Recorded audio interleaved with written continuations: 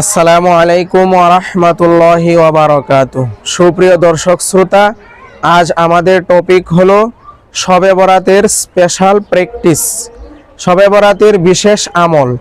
এ ব্যাপারে সুনান ইবনে মাজাহ এর 1388তম হাদিসে হযরত আলী বিন আবি তালেব রাদিয়াল্লাহু তাআলা আনহু থেকে বর্ণিত, তিনি বলেন, রাসূলুল্লাহ সাল্লাল্লাহু আলাইহি ওয়াসাল্লাম ইরশাদ করেন, ইযা কানাত লাইলাতুন নিসফি মিন শাবান ফাকুমু লাইলাহা ওয়া সুমু নাহারাহা। অর্থাৎ শবে বরাতের রাত্রিতে তোমরা বেশি বেশি নফল সালাত পড়ো এবং পরবর্তী দিনে তোমরা নফল রোজা রাখো। এবছর 2026 সালের বর্তমান মাস ফেব্রুয়ারির 3 তারিখ মঙ্গলবার দিবাগত রাত্রে শবে বরাত হবে।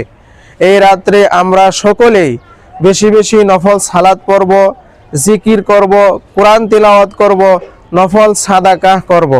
বিশেষ করে এই রাত্রে কবর জিয়ারত করব, কারণ রাসূলুল্লাহ সাল্লাল্লাহু আলাইহি ওয়াসাল্লাম এই রাতে কবর জিয়ারত করেছেন। এবং পরবর্তী দিনে আমরা সকলেই রোজা রাখব। আমাদের পরিবারকে জানিয়ে দিব আগামী বুধবার রোজা রাখতে হবে।